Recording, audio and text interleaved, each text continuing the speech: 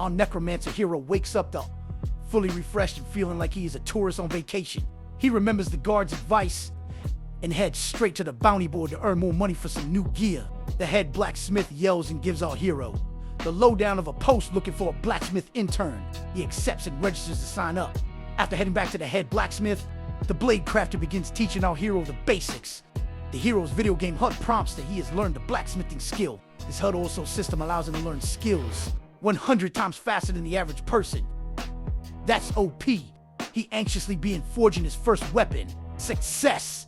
You'll forge the legendary sword. Gains 50% extra health while equipped. The system says the head blacksmith was stunned that a newbie would create such a thing that first time. The hero didn't stop there though. It was time to flex.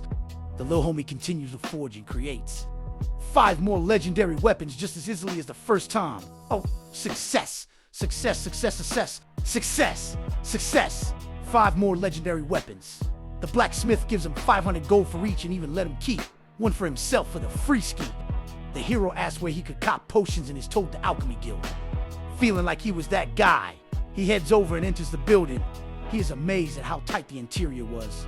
The hostess welcomes him and offers her services at making or purchasing potions. He'd rather learn to craft them, not buy them. Learn to fish instead of just buying a fish and all that. He is escorted to the classroom and she immediately starts to teach him the basics. Heat, temperature, container type, catalyst, ingredient rarity, all that. His screen again prompts him that he has learned an alchemy skill. Keep in mind of his skills learning boost, he immediately attempts conjuring his first potion crafting. Success!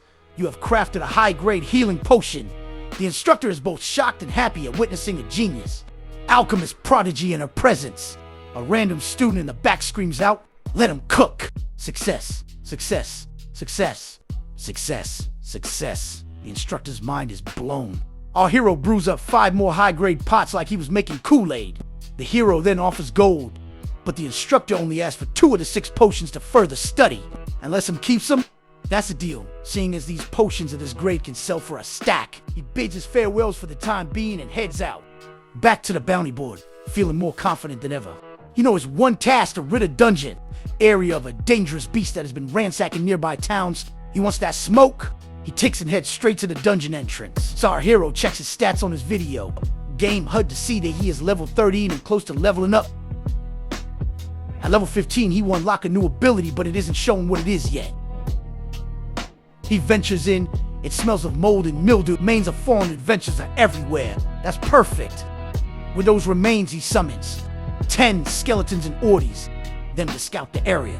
He would only need that many since they are already pretty strong. He is confident they could hold their own. And he was correct in that assumption. The skeletons rush out, hitting different corridors and encounter everything from giant spiders and rats, one-shotting them like the Hulk versus an army of regular humans. Some even sacrifice themselves in traps, just so that our hero can stroll through like a walk in a park. Experience was stacking up quicker than he could count himself. He leveled up in less than 30 minutes, and still 1 away from finding out his next ability. But then he noticed the hallway was getting wider and eventually into a large chamber with no other way out. A dead end or a boss room. As soon as he thought that, a giant figure jumps out from the shadows. A giant rat warrior with a large rusty cleaver in one hand and a giant hook in his other hand. It immediately rushed our hero, knowing it was the biggest threat. With quick reaction time, the hero cast Shadow Shroud to block the fatal attack. The skeletons start to attack the boss and was giving him that work at first, jumping him like it was a gang initiation. But then the boss got its bearings back. It started slapping the skeletons around, like they owed him money. Because of its injuries, OG Rat called in his squad, which surrounded the boss. The hero wasn't worried. He just summoned his maximum amount of skeletons himself. 30 skeletons, ranging from melee to voodoo to even cavalry. Minions on skeleton horses. With the lines drawn, both sides rushed in. The rat army was obliterated almost instantly. No match for the skeletons. Rats getting tossed around like a toddler kicking dominoes down. But they will notice the skeletons were having a hard time with a boss still. Our hero had the bright idea of ordering the skeletons to throw dead rat corpses towards the boss, and you know what happened next? Corpse explosion. The boss was hit by numerous explosions, looking like Godzilla getting hit with missiles. That did it. The boss took so much damage it eventually fell. With a battle over, our hero looks over behind the boss to see a wall with a hole in it, caused by a corpse explosion. Inside was a whole treasure chest. He rushes over like he was stranded in a desert and just found a lake. Opens the chest and finds 3 top-tier items, a side that doubles his amount of summons he can possess, and even a necklace that gives 50 points towards all of his attributes. He hit a lick for real. He also noticed he hit level 15 and unlocked the ability to summon a bone golem. That'll help with the journey home with all that loot.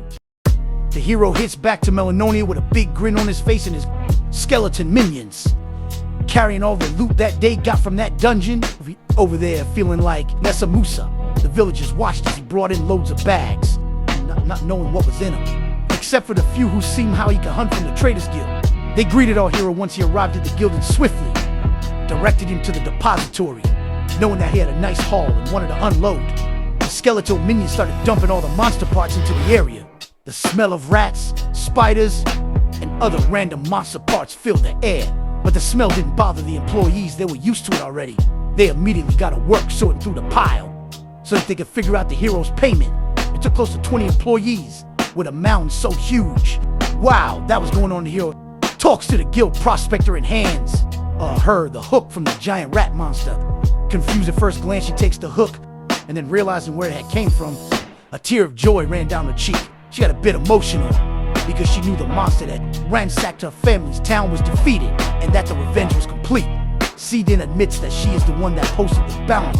She thanks our hero and pays him for the bounty directly, and even added a bonus for bringing her the hook. After our hero was paid in full, he headed back to his room, where he had a buffet already set out for him. That's one perk that was included from the Adventurer Guild.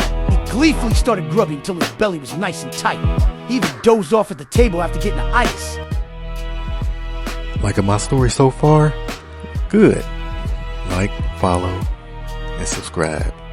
There'll be plenty more to come.